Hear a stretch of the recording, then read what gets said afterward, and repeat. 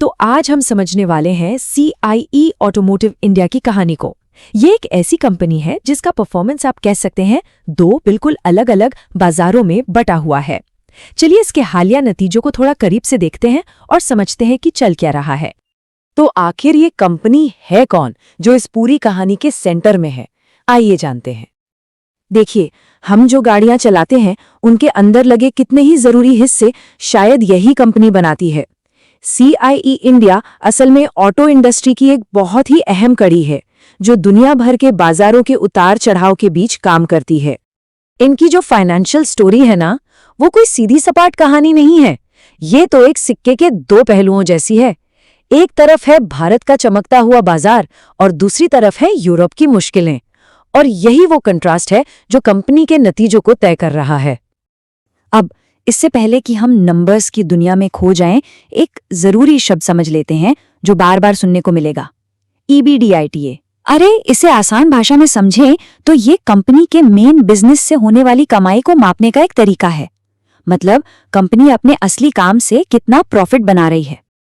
तो चलिए अब सीधे पिछले 9 महीनों के नतीजों पर नजर डालते हैं और देखते हैं कि ये जो दो बाजारों की कहानी है वो आंकड़ों में आखिर दिखती कैसी है। भारत में तो कहानी एकदम शानदार रही। यहाँ कंपनी की बिक्री में 6% की जबरदस्त ग्रोथ देखने को मिली। ये दिखाता है कि घरेलू बाजार कितना मजबूत है।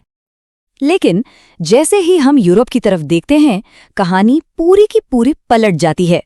यहाँ बिक्री बढ़ने के बजाय 3% घट गई। सोचिए, एक ही कंपनी लेकिन दो अलग अलग महाद्वीपों पर इतने अलग अलग नतीजे। सवाल ये है कि आखिर ऐसा हो क्यों रहा है? चलिए इन दोनों बाजारों की कहानी में थोड़ा और गहराई से उतरते हैं। चलिए पहले बात करते हैं कहानी के हीरो की, यानी भारत की, जो इस वक्त कंपनी के लिए ग्रोथ का असली इंजन बना हुआ है। भारत का ऑटो बाजार भाई हर तरफ से रफ्तार पकड़ रहा था।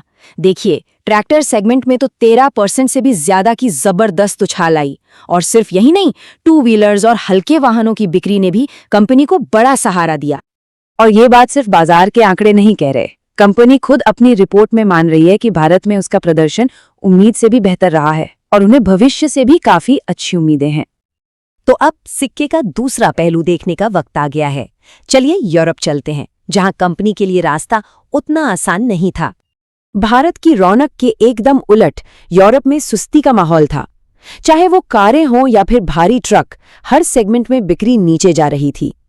जाहिर है, ऐसे माहौल में कंपनी के लिए बिजनेस करना मुश्किल हो गया था। तो ये गिरावट आई क्यों?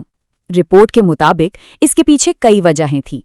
एक तो फोर्जिंग बाजार, मतलब गाड़ियों के जो मेटल पार्ट्स बनते हैं वो बाजारी ठंडा पड़ा हुआ था।